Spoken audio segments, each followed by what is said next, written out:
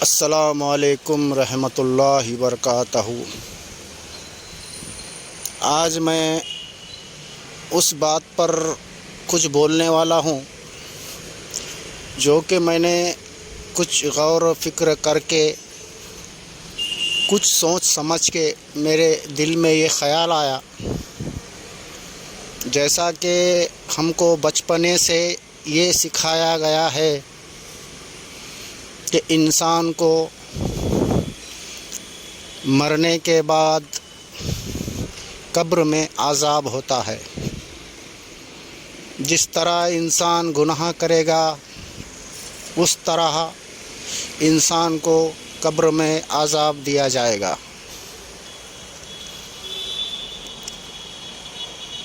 قبر میں عذاب دیا جائے گا، پھر قیامت کے دن اس کے اعمالوں کا حساب ہوگا، اور اس اعمالوں کے حساب سے اس کو جنت میں یا دوزخ میں ڈالا جائے گا۔ ہم کو بچپنے سے یہی سکھایا گیا ہے، اور آج بھی شریعت میں اسی بات کو سکھایا جاتا ہے۔ ٹھیک ہے، یہ شریعت کے حد تک تو بات ٹھیک ہے، اس لیے کہ شریعت عام لوگوں کی ہے، سب کے لیے ہے۔ لیکن اگر آپ کو کچھ شریعت سے ہٹ کر طریقت ہے، معرفت ہے، حقیقت ہے، اب شریعت میں تو جنت بھی ہے، دوزخ بھی ہے، عذاب قبر بھی ہے۔ لیکن جب ہم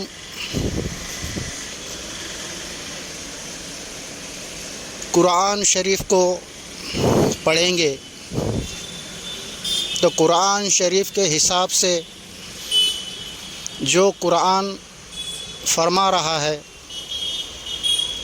اگر اس پہ ہم غور و فکر کریں گے، کچھ سوچیں گے، سمجھیں گے،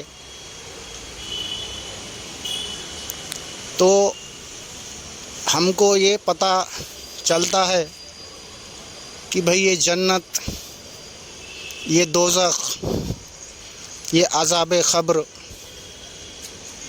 ایک بچے کو ڈرانے کے لیے ہے، بچے کو سمجھانے کے لیے ہے۔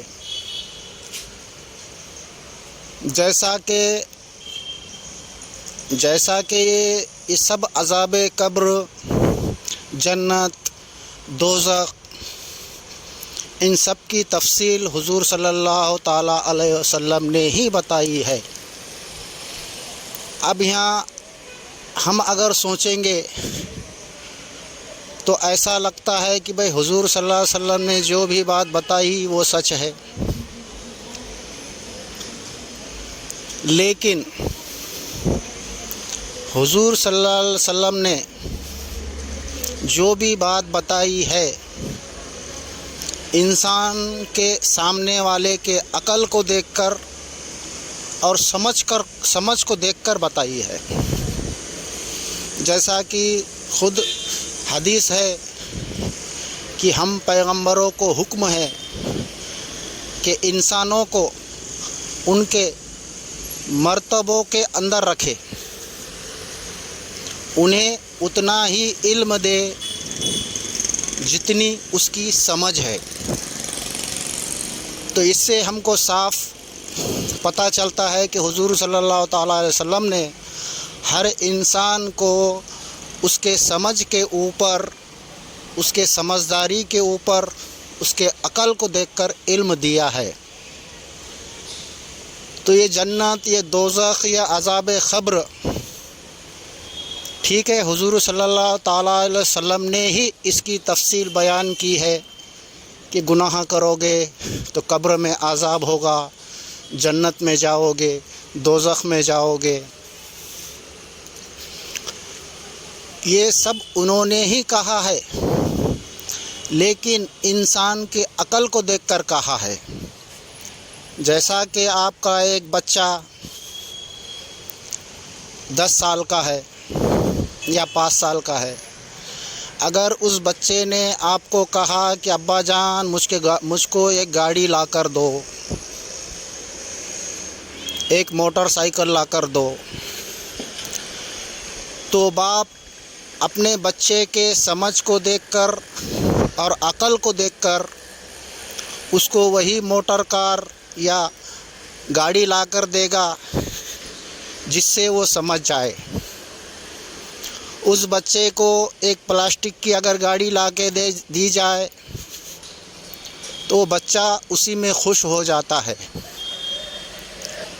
اس لیے کہ اس کی سمجھ اتنی ہی ہے۔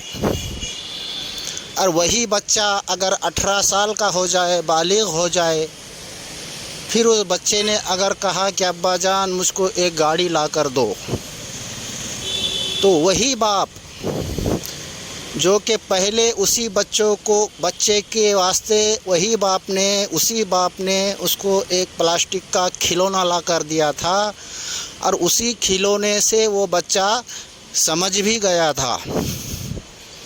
لیکن جب ایک بچہ بالغ ہو جاتا ہے، بڑا ہو جاتا ہے، سمجھدار ہو جاتا ہے، جب اس بچے نے اگر کہا کہ ابا جان مجھ کو گاڑی لا کر دو، وہی باپ، وہی بچہ، وہی باپ اس کو کھلونے والی گاڑی لا کر نہیں دے گا، اس کو بڑی گاڑی جو اصل میں گاڑی ہے وہی دے گا، اس لیے کہ وہ بچہ بڑا ہو گیا ہے، سمجھدار ہو گیا ہے، بالغ ہو گیا ہے۔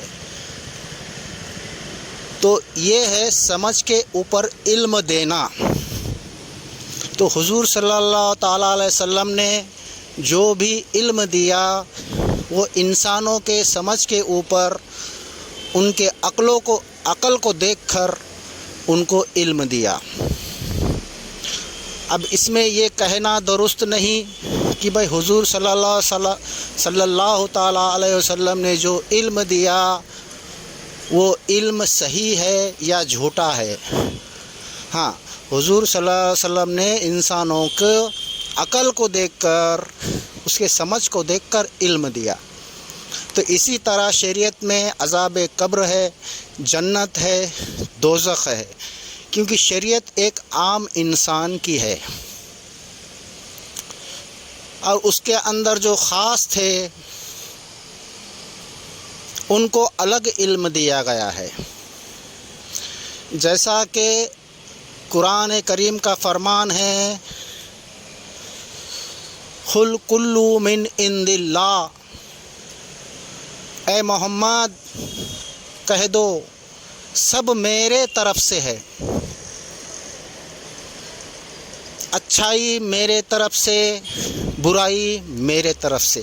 یہ قرآن کا فرمان ہے، اور قرآن کو ماننا ہر مسلمان پر فرض ہے، اور جو قرآن کو نہ مانے، قرآن کے خلاف چلے، وہ کافر ہے۔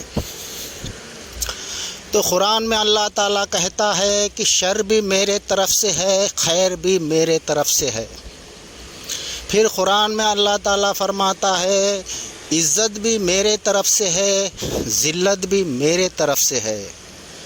پھر قرآن میں اللہ تعالیٰ فرماتا ہے کہ ہدایت بھی میرے طرف سے، گمراہی بھی میرے طرف سے۔ یعنی کہ انسان جو بھی کرتا ہے وہ اللہ کے بنا مرضی کے نہیں کر سکتا۔ اس لیے قرآن خود فرماتا ہے کہ دنیا میں ایک پتا بھی بغیر خدا کے مرضی کے حرکت نہیں کرتا۔ اس سے صاف یہ ظاہر ہو چکا ہے کہ ہر چیز میں اللہ تعالیٰ کی ہی مرضی ہے۔ اگر انسان گمراہ ہے تو اللہ کے مرضی سے ہے، ہدایت پر ہے تو اللہ کے مرضی سے ہے، اگر وہ خیر پر ہے تو اللہ کے مرضی سے ہے، اگر وہ شر پر ہے تو اللہ کے مرضی سے ہے، اگر وہ نیکی کرے تو اللہ کے مرضی سے، اگر وہ گناہ کرے تو اللہ کے مرضی سے۔ اس کا مطلب انسان ایک صرف مشین ہے. ریموٹ اللہ کے ہاتھ میں ہے. اب ریموٹ سے جو بھی مشین سے کام لیا جائے، اب مشین اچھا کام کرے یا برا کام کرے تو سزا مشین کو کیوں، کس لیے، کیا مشین کا قصور ہے؟ جبکہ اللہ تعالیٰ خود فرما رہا ہے کہ ہر چیز میرے طرف سے ہے. تو انسان کا قصور کیا ہے؟ تو پھر یہ عذاب قبر، عذاب کس کو دیا جائے گا؟ جو کہ انسان کا اپنا کچھ ہے ہی نہیں.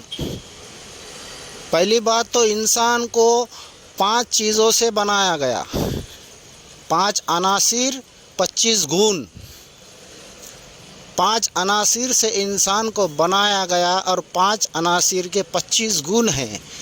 جس گن کی طاقت انسان کے اندر زیادہ ہے اس گن کے حساب سے وہ اچھے اور برے کام کرتا ہے. تو جب یہاں سب کچھ اللہ ہی کے طرف سے ہے تو پھر سزا ہم کو کس لیے اور کس کو؟ بھئی سزا کس کو ہونے والی؟ جبکہ جب آدم علیہ السلام کا پتلا اللہ تعالیٰ نے بنایا تو پہلے اس کو آگ سے، ہوا سے، مٹی سے اور پانی سے بنایا. اور آگ، ہوا، پانی، مٹی، نہ ان کو کچھ درد ہوتا ہے نہ کچھ محسوس ہوتا ہے. جب یہ 4 چیزوں سے آدم علیہ السلام کا پتلا بنایا گیا، جب فرشتوں کو حکم ہوا کہ میں ٹھیک بنا چکا ہوں اور پھونکو اس میں اگر میری جان، جب پھونک چکوں اس کے اندر میری جان تو گر پڑو اس کے آگے سجدے میں. یہ قرآن کا فرمان ہے. جب انسان آگ، ہوا، پانی، مٹی سے اس کا جسم بنایا گیا اور اس کے اندر جو زندہ پن ہے وہ اللہ کا ہے. کیونکہ میں نہیں کہہ رہا ہوں، قرآن کا فرمان ہے، اے فرشتوں میں ٹھیک بنا چکا اور پھونکو اس میں اگر میری جان تو گر پڑو اس کے آگے سجدے میں. جب اللہ تعالیٰ نے فرشتوں کو حکم دیا کہ اے فرشتوں آدم کو سجدہ کرو، تو کب کرو؟ جب مٹی کا پتلا بنایا تھا تو جب نہیں سجدہ کرایا، لیکن سجدہ کرنے کا حکم جب دیا کہ جب پھونکوں اس کے اندر میری جان، یعنی کہ جب میں اس کے اندر اپنی روح پھونک دوں تو گر پڑو تم اس کے آگے سجدے میں. تو انسان کا ہے کیا؟ آگ، ہوا، پانی، مٹی، نہ ان کو مارنے سے کچھ محسوس ہوتا، نہ کوئی درد محسوس ہوتا. ہاں، اور روح جو انسان کے اندر جان ہے وہ تو اللہ کی ہے. اور روح نہ کٹتی، نہ ڈوبتی، نہ مرتی. جیسا کہ ایک طاقت ہے، ارجا ہے، شکتی ہے، جیسا ایک کرنٹ ہے. اب کرنٹ نہ دکھتا نہ پکڑ میں آتا. اب ایک کرنٹ سے انسان شارٹ لگ کر مر گیا تو سزا کس کو دیں گے تم؟ کھمبے کو، تار کو یا بجلی کو؟ کھمبے کو ڈنڈے سے مارو گے، کھمبے کو لگے گا کیا؟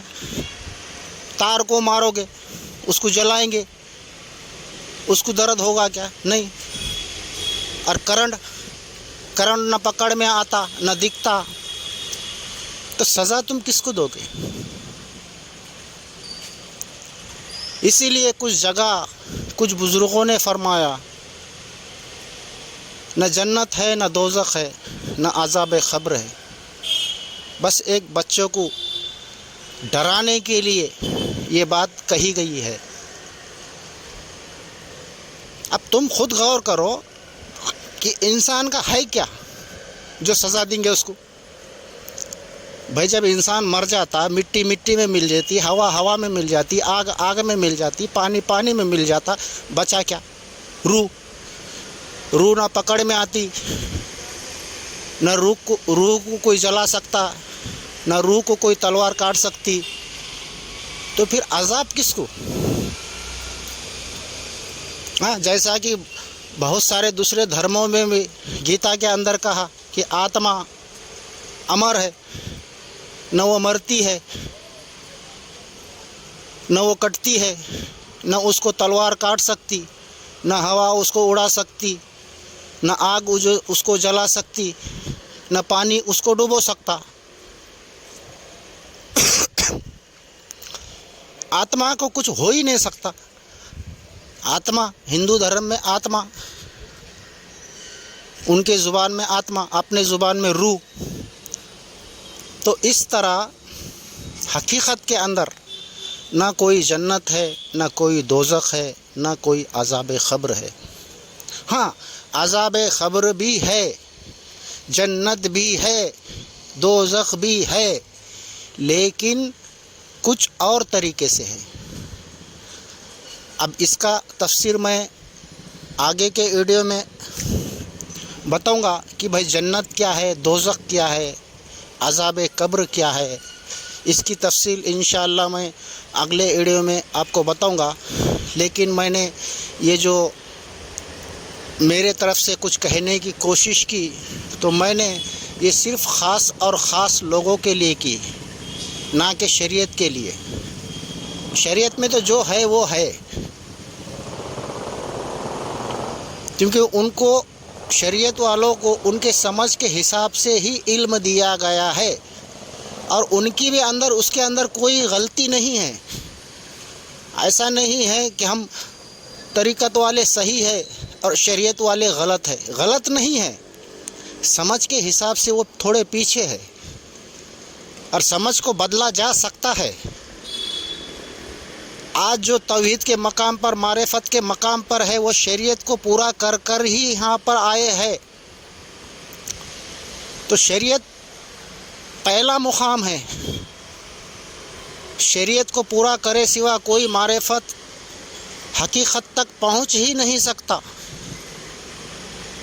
اس لیے کہ قرآن کا خود فرمان ہے کہ عبادت یہاں تک کر حتیٰ کہ تجھ کو یقین آ جائے۔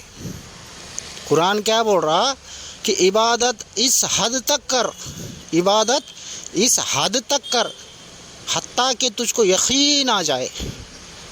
جب تمہارا یقین مکمل ہو گیا، تم نے مکمل طور پر حقیقت کو جان لیے، مکمل طور پر معرفت کو حاصل کر لیے، اس کے بعد عبادت کی کوئی ضرورت ہے ہی نہیں۔ اور اس کے بعد بھی اگر وہ عبادت کرے گا تو شرک اور کفر کرے گا۔ اس لیے کہ حضور صلی اللہ علیہ وسلم نے خود فرمایا کہ جس کو معرفت تام حاصل ہو، وہ منہ سے اللہ اللہ کرتا نہیں۔ یعنی کہ جس کو معرفت حاصل ہو جائے، اس کو اللہ اللہ کرنے کی ضرورت نہیں، اور جو اللہ اللہ کرتا ہے، سمجھ لینا اس کو معرفت حاصل نہیں ہوئی۔ یہ حضور صلی اللہ علیہ وسلم کی ہی تعلیم ہے۔ کس کے لیے؟ خاص لوگوں کے لیے۔ بس شریعت والوں کے لیے تو بولے گڑھے میں تم کو قبر کے اندر عذاب ہوگا، سانپ آئیں گے، بچھو آئیں گے، تم جنت میں جائیں گے، حور ملیں گی، دوزخ میں جائیں گے۔ یہ بھی علم حضور صلی اللہ تعالیٰ علیہ وسلم نے ہی دیا، لیکن سمجھ کے حساب سے دیا۔ اور جس کی سمجھ زیادہ تھی، ان سے کہا کہ جس کو معرفت، خدا کی معرفت حاصل ہو جائے، اس کو منہ سے اللہ اللہ کرنے کی ضرورت نہیں، اور جو منہ سے اللہ اللہ کرے، سمجھ لینا اس کو خدا کی معرفت حاصل نہیں ہوئی۔ یہ کس نے تعلیم دی؟ حضور صلی اللہ علیہ وسلم نے دی۔ غوث اعظم دستگیر پیران پیر، انہوں نے خود فرمایا کہ معرفت تام کے بعد جس نے ارادہ کیا عبادت کا، اس نے شرک اور کفر کیا۔ کس نے کہا؟ غوث اعظم دستگیر جو پیروں کے پیر ہے۔ کیوں کہا؟ اور وہ سب سے نہیں کہا، سمجھدار سے کہا۔ معرفت تام کے بعد اگر ارادہ کیا عبادت کا، تو اس نے شرک اور کفر کیا۔ تو یہ ہے حقیقت اور سچائی، اور اس کو جاننے کے لیے بہت سوچنا سمجھنا اور غور و فکر کرنا پڑے گا۔ تو اصل کے اندر کوئی عذاب قبر ہے نہیں۔ مٹی مٹی میں مل جاتی، ہوا ہوا میں مل جاتی، پانی پانی میں مل جاتا، روح تو بس وہ ایک بجلی کی طرح ہے، نہ وہ دکھتی، نہ پکڑ میں آتی، نہ تلوار سے کٹتی، نہ آگ سے جلتی، نہ پانی میں ڈوبتی۔ تو پھر عذاب قبر کس کو؟ تو حقیقت کے اندر کوئی عذاب قبر نہیں، کوئی جنت نہیں، کوئی دوزخ نہیں۔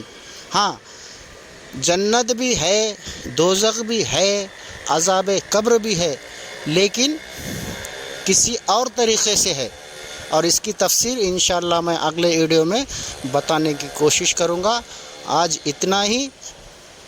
اگر اس میرے بولنے پر اگر تم غور و فکر کریں گے، قرآن کو اچھی طریقے سے پڑھو گے، حدیثوں کا اچھی طرح مطالعہ کرو گے، تو شاید آپ کو سچائی کا پتہ چل سکتا ہے۔ انشاءاللہ اگلے ویڈیو میں جنت کیا ہے، دوزخ کیا ہے، عذاب قبر کیا ہے، اس پر تفصیل سے بولنے کی کوشش کروں گا۔ السلام علیکم رحمۃ اللہ وبرکاتہ۔ السلام علیکم۔